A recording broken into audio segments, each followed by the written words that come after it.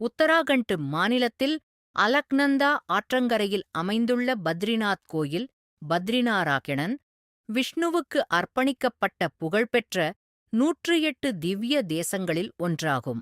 ஆதிசங்கரரால் 8 முதல் 9ஆம் நூற்றாண்டு வரை புனரமைக்கப்பட்ட இந்த ஆலயம் பத்ரி இலன்ச மரங்கள் அடர்ந்த பகுதியில் விஷ்ணு தவமிருந்த இடமாக கருதப்படுகிறது.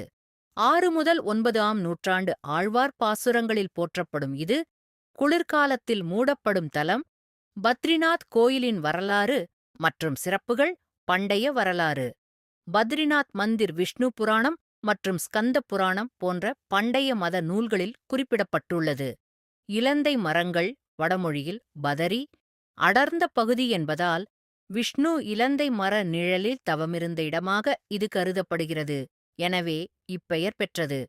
இக்கோயில் கிபி 6 முதல் 9ஆம் நூற்றாண்டுகளில் ஆதிசங்கரரால் நிறுவப்பட்டதாக கருதப்படுகிறது.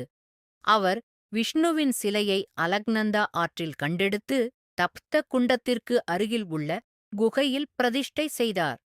தற்போதுள்ள கோயில் கட்டடம் 18ஆம் நூற்றாண்டில் கார்வால் அரசர்களால் கட்டப்பட்டதாகும்.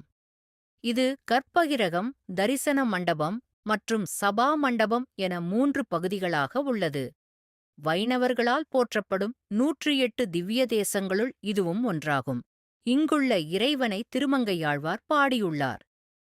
இமயமலையின் மிகக் கடுமையான குளிர் காரணமாக ஆண்டுக்கு 6 மாதங்கள் மட்டுமே, ஏப்ரல் முதல் மே வரை, அக்டோபர் முதல் நவம்பர் வரை கோயில் நடை திறந்திருக்கும். பத்ரிநாத், கேதார்நாத், கங்கோத்ரி மற்றும் யமுனோத்ரி ஆகியவற்றுடன் இணைந்து சோட்டா சார்தாம் யாத்திரையின் ஒரு முக்கிய பகுதியாக விளங்குகிறது. மேலும் வீடியோக்கள் பார்க்க இந்த சேனலை சப்ஸ்கிரைப் செய்யவும். உங்கள் ஆதரவுக்கு நன்றி.